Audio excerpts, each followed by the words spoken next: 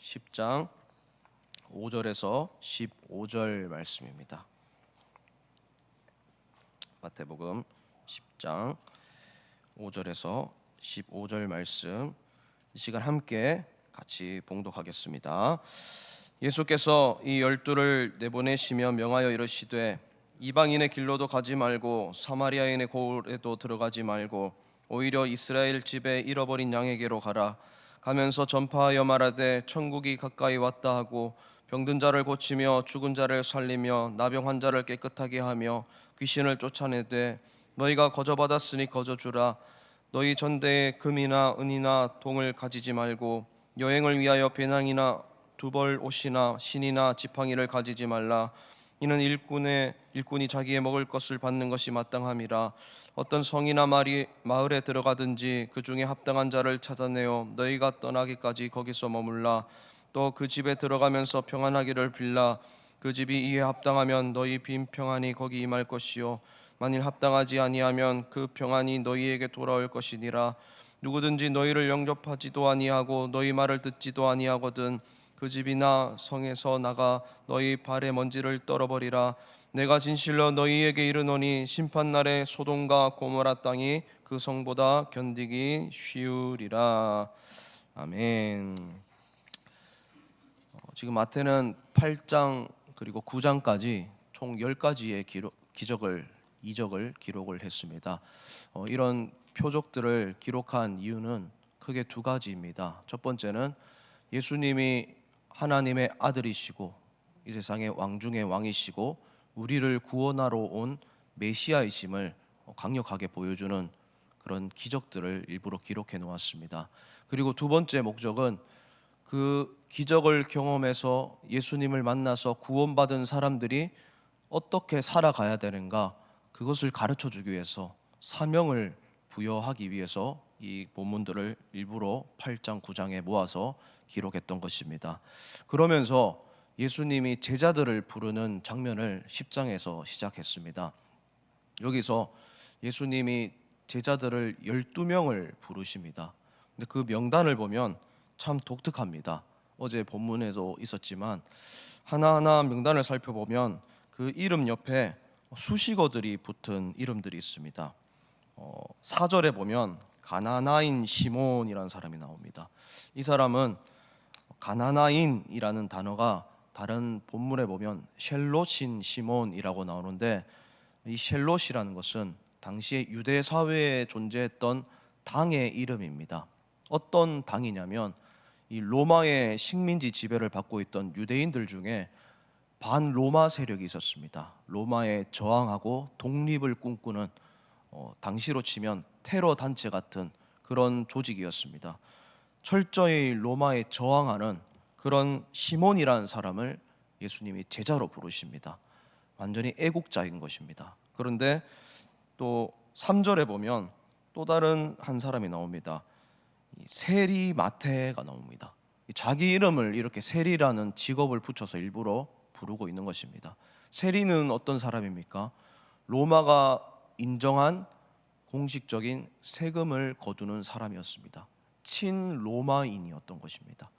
로마에 굴복하고 로마가 시키는 대로 하는 그런 사람. 그러니까 가나나인 이 셸롯인 시몬과는 철저히 반대되는 사람입니다. 원래는 둘이 마주치면 서로 싸워야 됩니다.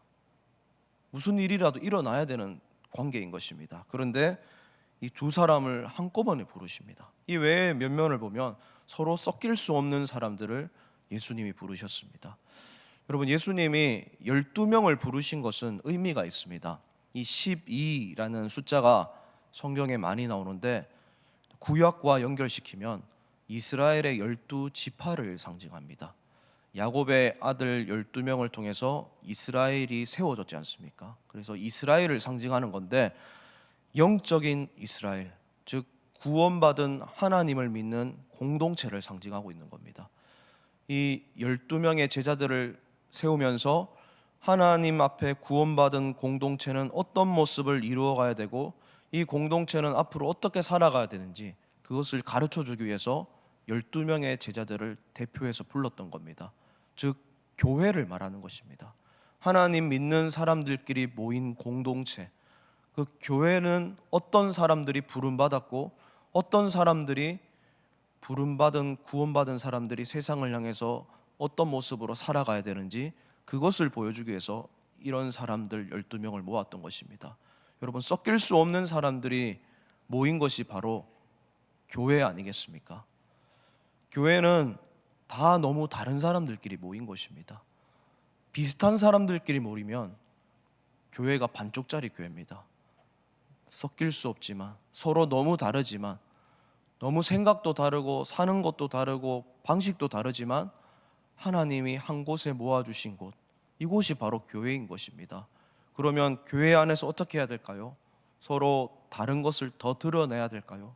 그렇지 않습니다. 공동의 목표를 향해서 하나가 되어가는 것, 그것이 바로 교회인 것입니다. 생각도 다르고 서로 색깔도 다르지만 하나의 공동의 목표를 위해서 살아가는 것입니다. 그것을 예수님이 지금 가르쳐주고 있습니다. 그 목표, 그 사명은 복음을 전하는 것입니다. 그래서 예수님이 지금 제자들을 불러와서 제자들을 파송하는 모습을 보여줍니다. 오늘 본문부터. 원래 사도라는 말 자체가 보냄을 받은 자라는 뜻입니다. 특정한 목적을 위해서 파견된 자, 파송받은 자, 즉 사도를 12명을 불러와서 이들을 훈련시켜서 예수님이 승천하고 나면 예수님이 하셨던 사역을 대신 해야 되는 존재로 부르셨다는 겁니다. 교회가 바로 그렇습니다. 예수님이 하시던 일을 대리하는 사람입니다. 예수님이 하셨던 일을 대신 보냄을 받아서 세상 속에서 실천하는 공동체, 그런 사람들이 모인 곳, 그런 곳이 바로 교회인 것입니다.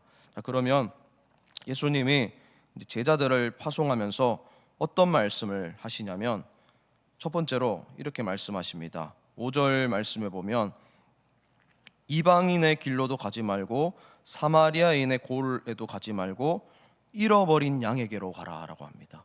이스라엘 집에 잃어버린 양에게로 가라 합니다. 5절에 나오는 이방인의 길, 사마리아인의 고을은 다른 지역을 말합니다.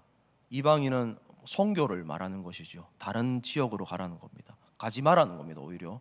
그리고 사마리아 땅으로도 가지 말라는 것입니다.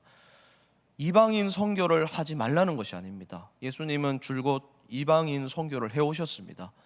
거라사 광인, 거기도 이방인 지역이지 않습니까? 그 사람도 전도하셨고, 그리고 실제로 사마리아 고을로도 가서 요한복음 4장에 보면 사마리아 여인을 깨우쳤습니다. 예배가 무엇인지 가르쳐 주셨습니다.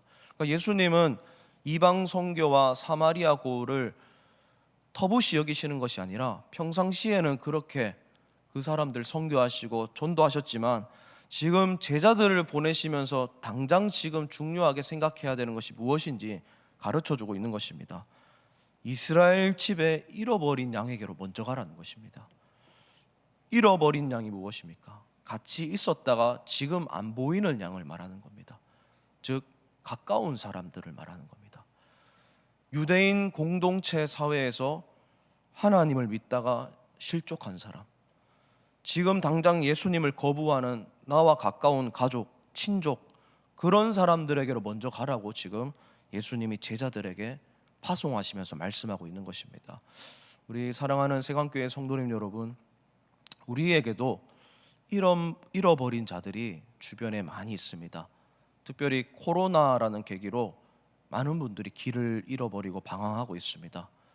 몇 년 전에는 여기에 같이 모여서 예배를 드렸지만 지금 안 보이는 분들이 분명히 있으실 겁니다. 가족들 중에도 혹은 구역 식구 중에도 전도회 식구들 중에도 아마 있을 것입니다. 선교를 하는 것 너무 좋습니다. 그리고 이 지역사회에 복음을 전하는 것 너무 좋습니다. 그런데 가장 먼저 시급하게 해결해야 될 것은 이스라엘의 잃어버린 양, 나와 가까이 있었던 지금 방황하는 내 지척에 있는 나와 정말 사랑하는 가족들, 자녀들, 내 친척들, 내 주변에 있었던 구역 식구들, 그 사람들에게 가서 복음을 전해야 되는 것, 그 사명도 우리에게 있다는 것을 꼭 기억하시길 바랍니다. 나와 가까운 곳, 등잔 밑이 어둡다고 해서 안 보일 때가 있습니다. 그러나 꼭 교회의 사명은 잃어버린 자도 다시 데리고 오는 것, 이것도 교회의 사명이라는 것을 꼭 기억하시고 살아가면서 가까이 있었던 그 안 보이는 자들 꼭 주님 품으로 다시 데리고 오시는 그런 우리 성도님들 되시길 바랍니다. 그리고 두 번째로 무엇을 해야 하느냐라는 것을 사명을 가르쳐 주시는데 7절에 보니까 천국이 가까이 왔다 하라라고 전파하라고 합니다. 제자들을 보내면서 파송하면서 다른 걸 시키시는 게 아닙니다. 천국에 대해서 말하라는 것입니다. 이게 바로 선교요 전도입니다. 전도는 복음 전하는 것은 하나님의 영역을 전하는 것입니다. 예수님 믿으면 이 땅의 것을 집중하게 하면 안 되는 겁니다. 예수님 믿게 될 때 이 땅에 어떤 것이 해결되고 세상에 유한한 것이 더 좋게 되고 이런 것들을 말하는 게 아니라 저 영원한 것, 무한한 것, 저 가장 아름다운 우리가 추구해야 될 궁극적인 저 하나님의 영역, 천국을 전하라는 것입니다. 예수님 믿을 때 천국이 가까이 왔다는 사실을 전하시는 우리 세광교회 성도님들 되시길 바랍니다. 그러면서 이렇게 보내면서 몇 가지 철칙을 말씀해 주십니다. 그 중에서 오늘 한 가지만 볼 건데 10절 말씀해 보면 이렇게 복음을 전하고 잃어버린 양에게로 갈 때 꼭 필요한 태도가 한 가지 있습니다. 우리 10절 말씀을 이 시간 다 같이 다시 한번 읽어보도록 하겠습니다. 자, 10절 말씀입니다. 시작. 여행을 위하여 배낭이나 두벌 옷이나 신이나 지팡이를 가지지 말라. 이는 일꾼이 자기의 먹을 것을 받는 것이 마땅함이라. 아멘. 지금 제자들 파송하시면서 복음을 전하라고 하시면서 가지고 가면 안 되는 것들을 말씀하십니다. 배낭, 옷 두 벌, 신, 지팡이 이런 거 가지고 가지 말라는 겁니다. 여러분, 제자들이 지금 대중교통을 이용할 수 있는 것도 아니고 다 도보로 이동해야 되는데 꼭 필수적인 요소들 아니겠습니까? 이것은. 근데 이렇게 가지고 가지 말라고 한 이 품목들을 언급하시는 것은 두 가지 이유가 있습니다. 그 중에서 첫 번째는 원래 가까운 곳으로 가라고 하셨기 때문입니다. 저 가나안, 저기 사마리아 땅 혹은 이방인의 길로 멀리 가지 말고 가까이 있는 곳에 가라고 하셨기 때문에 장기적인 여행 플랜보다는 짧게 미니멀로 해서 최소한의 것을 들고 가라는 의미에서 그렇게 말씀하신 것입니다. 그리고 두 번째 의미가 더 중요합니다. 이 배낭, 뭔가 물건을 넣어가야 되지 않습니까? 음식 같은 것도 넣을 수 있지 않았겠습니까? 그거 가지고 가지 말고, 그리고 신발, 분명히 갈 때 피곤하고 고날 건데 튼튼한 신발이 여러 개 있으면 좋지 않습니까? 그리고 옷도 갈아입어야 되지 않습니까? 그리고 지팡이는 호신용입니다. 꼭 필요한 겁니다. 이런 거 가지고 가지 말라고 한 이유는 복음 전하면서 살아갈 때, 하나님 이름으로 파송받을 때 하나님만 의지하고 하나님만 바라보고 살아가라는 의미입니다. 내가 가지고 온 것 의지하지 말고 그 모든 순간에 하나님만 바라보고 살아가라는 의미로 다른 거 가지고 가지 말라는 것입니다. 하나님을 믿고 하나님 사명을 감당할 때 경험과 내가 가진 것을 의지하지 말고 하나님 믿고 그것을 행해라는 것입니다. 사랑하는 우리 성도님 여러분, 이 모습은 광야 생활을 했던 이스라엘의 모습을 예수님이 빗대어서 이런 식으로 말씀하신 것입니다. 이스라엘 백성들이 광야를 건너갈 때 필요한 음식들이 있었습니다. 그런데 그 음식들, 이스라엘 백성들이 잘해서 음식을 매일 먹었던 것이 아닙니다. 철저히 하나님의 은혜였습니다. 이스라엘 백성들이 40년 동안 걸어도 다리가 부르트지 않았다라고 고백했던 것, 건강해서가 아닙니다. 하나님의 은혜였습니다. 이스라엘 백성들이 광야를 걸어가면서 위험하지 않고 한 사람도 실족하지 않고 결국 가나안 땅에 입성할 수 있었던 것, 그들이 전략이 능통하고 그들의 군대가 강해서가 아닙니다. 하나님의 은혜였던 것입니다. 광야를 걸어갈 때도 하나님의 은혜였기 때문에 걸어갈 수 있었듯이 하나님을 믿고 살아가는 사명을 받은 공동체가, 교회가 하나님의 사명을 감당할 때는 모든 것이 하나님의 은혜였다는 것을 고백하고 그렇게 믿고 살아가라는 것입니다. 여러분, 교회가 재정이 넉넉한 것, 교회가 잘해서가 아닙니다. 하나님을 바라보고 하나님이 은혜를 주셨기 때문입니다. 교회의 역사가 오래된 것, 우리가 잘해서가 아닙니다. 하나님이 안전하게 지켜주셨기 때문입니다. 교회가 큰 사명을 감당하는 것, 우리가 그릇이 커서가 아닙니다. 하나님이 그 일을 감당할 수 있는 도구로 직접 우리를 부르셨기 때문입니다. 철저히 하나님의 은혜인 것입니다. 그리고 앞으로도 하나님만 바라보고 이것들을 감당해야 되는 것이 교회라는 것입니다. 우리 사랑하는 우리 세강교회 성도님 여러분, 오늘 말씀 꼭 기억하시고 우리 세강교회가 이런 주님으로부터 파송받은 교회, 보냄받은 교회, 천국을 전하는 교회가 되기를 주님의 이름으로 진심으로 축복을 드립니다. 그리고 우리 개개인도 가까운 잃어버린 양에게로 복음을 전하면서 살아갈 때 철저히 하나님만 바라보고 하나님만 의지하고 살아가시면서 이 모든 필요한 것들이 채워지는 축복을 꼭 누리시는 우리 성도님들 되시기를 다시 한번 주님의 이름으로 진심으로 축복을 드립니다. 이 시간 우리 말씀 생각하면서 우리 함께 기도하겠습니다. 주님, 제자로서 살아갈 때 하나님만 바라보고 살아가게 하여 주시옵소서. 또 이외의 기도 제목들을 놓고 함께 기도하시고 개인적인 기도를 하시고 돌아가시도록 하겠습니다. 기도하시겠습니다. 하나님 아버지, 감사드립니다. 주님께서 도와주시고 주님께서 함께하여 주시옵소서.